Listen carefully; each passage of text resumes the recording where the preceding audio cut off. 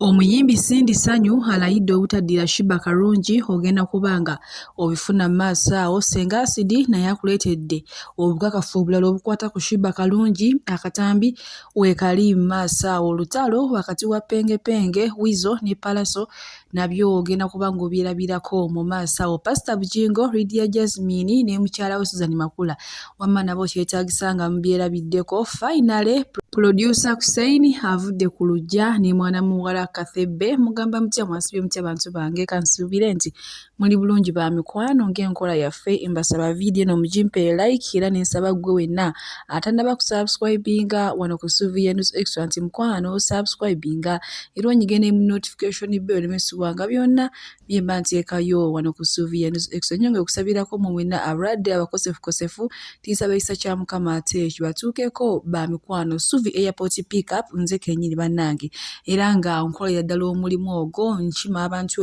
abava ebweru ku kisaawe awo Entebbe wamu n'okubatwala ku kisaawe ate nga si kye kyokka tukola ne transport service yonna gwe gy'obeera oyagala nkutwale oba oli mu kyalo oba oli mu kibuga yonna gy'oba oli ensonga ezo nzikolerako ddala. Munnange sigenda kulwisa era nga nkutandise ne producer Kusaini ono nno amaze akabanga nga adeetinga mwana muwala Kathebe era nga bamalidde ddala emyaka egiwera n'olunaku olwaleero bati munnange basiimye ekintu wamma ne bakifuulira ddala official. So gwe wenna abadde yeepikira mwana muwala Kathebe yobiveeko omwana bamututte dda bamutaddeko dda empeta eri nno ey'obugattira nga bagattidde mu church ey'Abakatoliki wamu gwe wenna omwana ow'obuwala abadde yeepikira producer Kusaini munnange biviireko ddala. So bano abantu kati bali mwami na mukyala. Munnange bwe tweyongerayo n'omuyimbi Jackie Kizito bannange bantu bange abantu mwe balina ssente bannaye era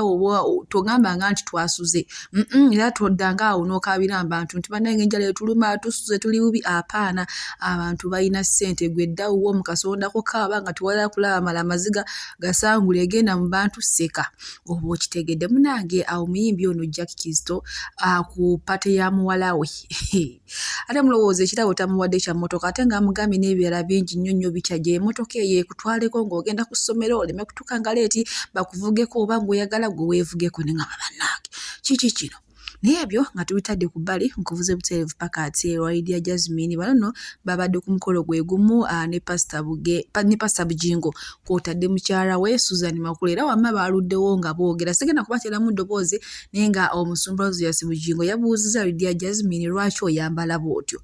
Lydia Jasmine n'amuddamu n'amugamba nti ngenda kukyusa guno omwaka n'amubuuza ova ddi ku luggya nga sayizi yo yonna yonna abasinga bavudde ku luggya gw'ova ddi ku luggya n'agamba nti munange Pastor kyendiko omwaka guno era munaye guno omwaka gwo njagala ogenda okuggwako yadde gusigazizaayo omwezi gumu gwokka njagala nange mbe nga nvudde ku luggya munange tebaakomyeko ne beekwata mbugalo kale n'abaana baagambye mbu omusumba Luzias Bujingo mbu yalemedde mu bugalo bwa Lydia Jasmine naye nga bwe tuli munange yatusuubiza omwaka guno ate yasuubiza na musumba asumba endiga. So essaawa zonna ekitegeeza Lydia Jasmine kikutukkire ddala maaso wano nina akatambi kasinga asidi nga akoletedde bwino wa Sheebah kalungi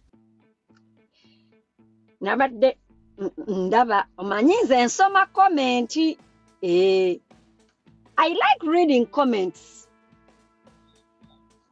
nga bagamba kale omuntu omwogerako takuddamu omuntu oyogera otya ku muntu atakuddamu n'ebintu byo tabiraba ne bw'oliyogera otya Queen Kama will not respond to you ladies and gentlemen yenza abuuza bwe yawandikira Tiwa Savage happy birthday message yali amuzeemu.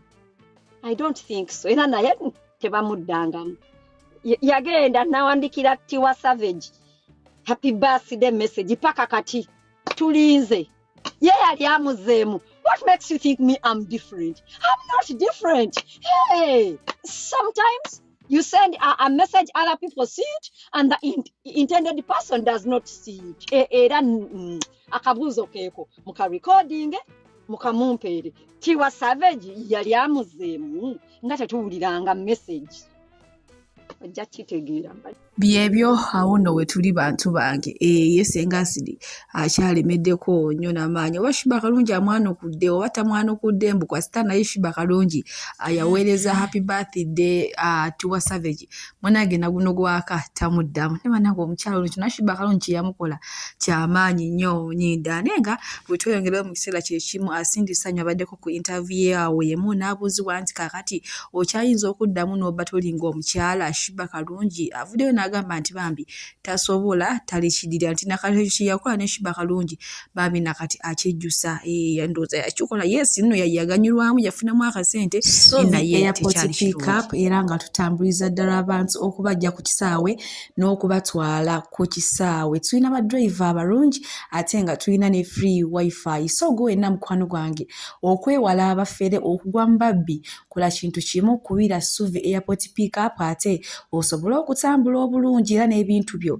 osobola okubituusa ewammwe wamma nga tewali kibbiddwako tukubireko ku namba z'essimu eziri awo WhatsApp n'okuba direct call tugenda kubanga ate ensonga ezo tuzikolerako ddala oba oyagala muzaddewo oba baanawo oba ssengaawo jjajjaawo akusurprisinge oyagala kusurprisingire ku kisaawe ebyo byonna mukwano wano Suvi airport pick up tubikolerako ddala mukwano okujjukiza weewala abafere kolagana na Suvi airport pick up ate nga bbeeyi yanseko buseko kati simanyi gwe wena atannaba kubuukinga Suvi airport pick up omukama bankumire tutambule bulungi Munange bwe tweyongerayo ewa Sheeka ono nno ng'avuddeyo n'atabukira abawuulu bonna abatayagala kunaaba abawuulu balya nnyo abawuulu tebategeerekeka emize mingi gy'asomedde abawuulu ate nga ogenda okwetegereza era otunula bw'oti ng'ekyamazima byo babikolera ddala era nga kino abamu baanyiize ne batuuka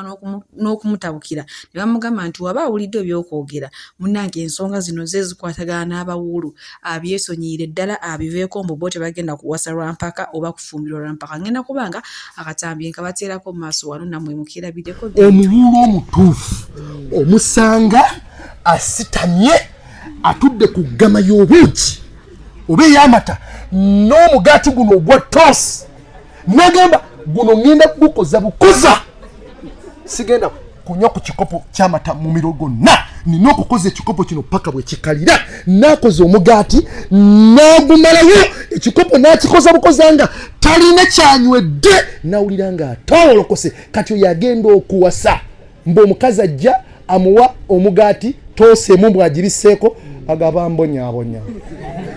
bambonyabonya bansiibye enjala yemegira okulya omugaati gwe toosi mulamba temubalaba basitama gyofumba obutogo ekawungeeze nakaseraawo n'omusanga nga memulya obutogo n'olisanga nga likutte eggama y'obuugi likwatiddeko mawogo empayi 16 ate waabinzaali abawuulu we balwa nnyo mu buwuulu bayiga okulya ennyo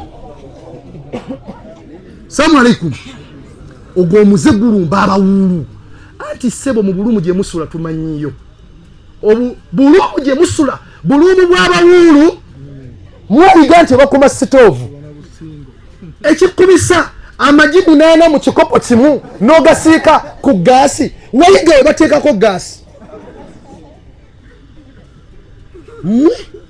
mugende mu bitanda ebiri mu mayumba agasulamu abawuulu wansi w'ebitanda ebyo waliyo obuveera omusanga mu kiro ajjeeko ettaala anuuna akakomanda anuuna kanuuni kasita akamala nga asuula kaveera wansi balina obuceere buno bwe bali abawuulu babutunda ku makubo nagula nagenda n'akaceere ako mu kaveera ka 3 nga kalimu ekijanjaalo najjako ettaala anuuna kanuuni nasuula akaveera mu kitanda n'omusanga nga ebintu ebiri mu nnyumba ewaka mulimu amasuwaani mulimu ebikopo nenga bwajja nanyula mu kikopo takyoza bwawira ku suwaani tajooza amala kubimalawo byonna n'akasanti biddugadde ate kasaimala okuddugala n'akomawo ng'asitudde supu w'emmamba mu kaveera ne mawogo najja n'ayozaako byagenda okuliiramu olwaleero mwabawunya ne ku ngoye bwe muti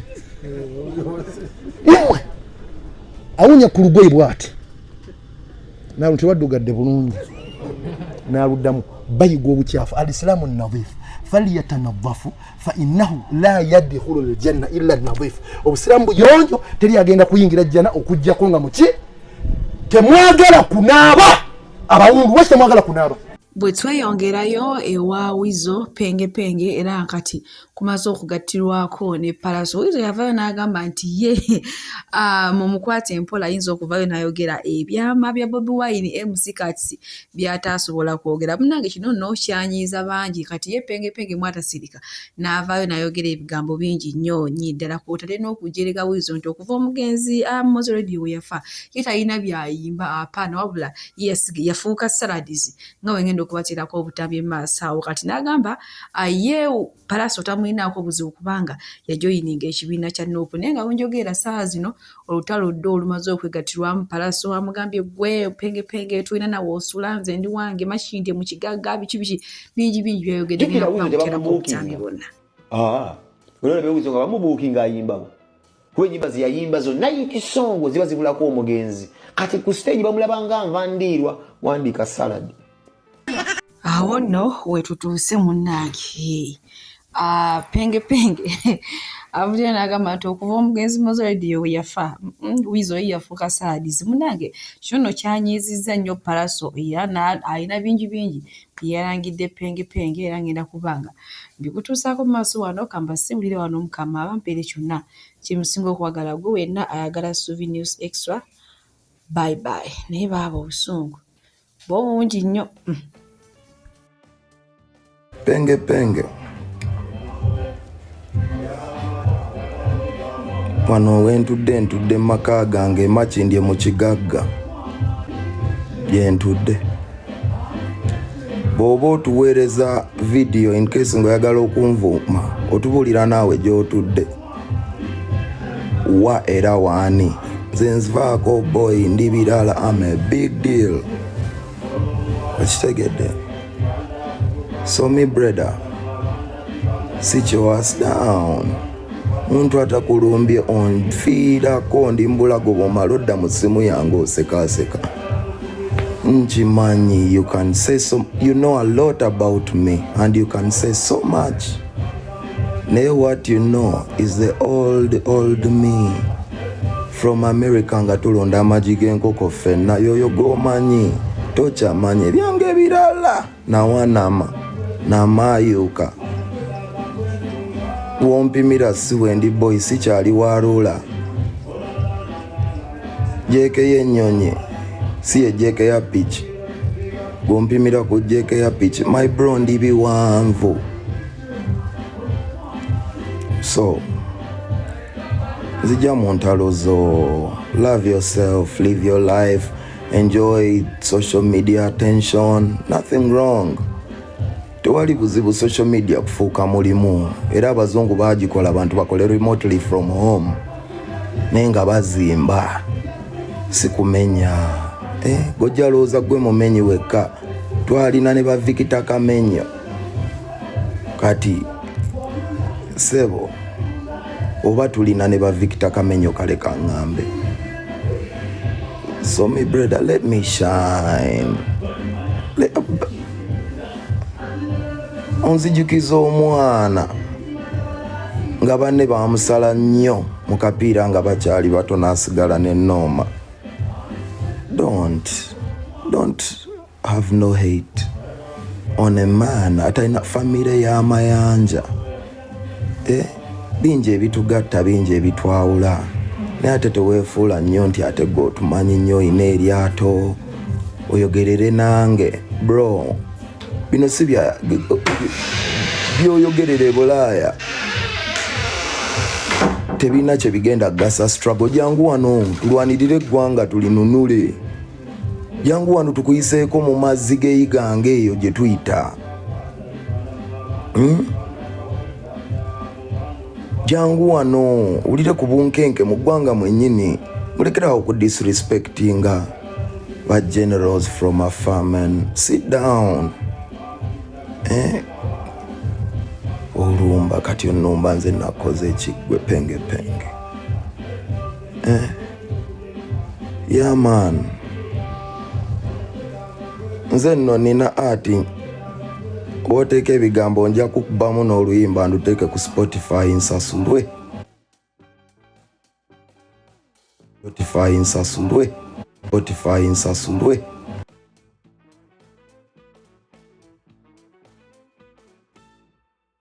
Spotify nsasulwe. Spotify nsasulwe.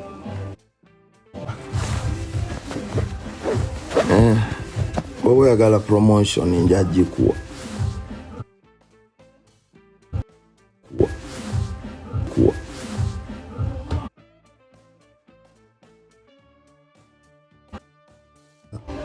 Nze sitya losi ate sigaba bondi siriwa polisi bangi babiyingira balooza byakusaaga and they realize mbuse omupiira gwambuka essaawa yonna.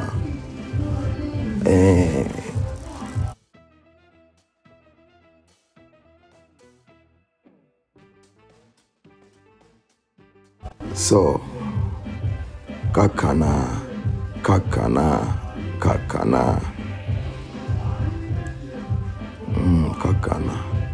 nkuwaddemu ekimala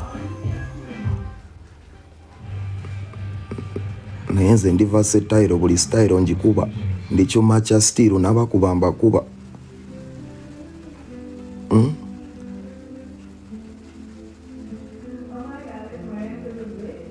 Yakuddeyo olowooze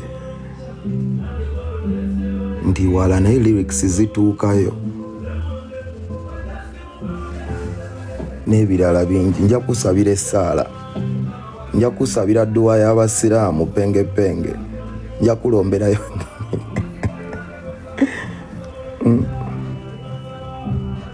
bendi byange.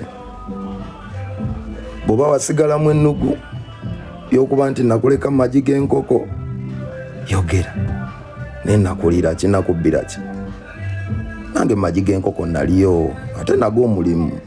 Abalungi abatuwuliriza era abatulaba, olunaku olwaleero tukyaddeko ewa Sheikh Ashraf Dembe. Ssebo nsanyusa okubalaba. Amannya agange Yezeseeka Ashraf Dembe akola ku bizibu by'enjawulo. Omuntu singa aba alina ebirwadde musomereddwa, tunywa amazzi ga lukuya nga bw'obadde ogalaba, tugenda abantu ku kyoto ne twokya emizimu emibi egibabaamu n'okulomba edduwa. Abantu singa abeera ng'ali wano atuuse nsobola okumulombera edduwa, ne waba atatuuse nga mpadde amannya ge naye ng'ali wala. Naneetaase enamba yange yeeno eri 0707363711. Nammwe bannyinaffe abali ebweru oyagala okuba nti oyagala okulombera ku dduwa ng'olina ebizibu, viza zibuze, amaka gakolongotana, sente zikola zimpita mu ngalo, ojja kumpeereza ekifaananyi kyo n'amannya go, ebyo byokka bijja kummala. Nja kukulombera edduwa, ojja kutereera. Olunaku olusembayo mu mwezi mba n'edduwa ey'awamu ffenna n'abalwadde bange abakadde n'abapya. Salaamu alaikum warahmatullahi wabarakatuh.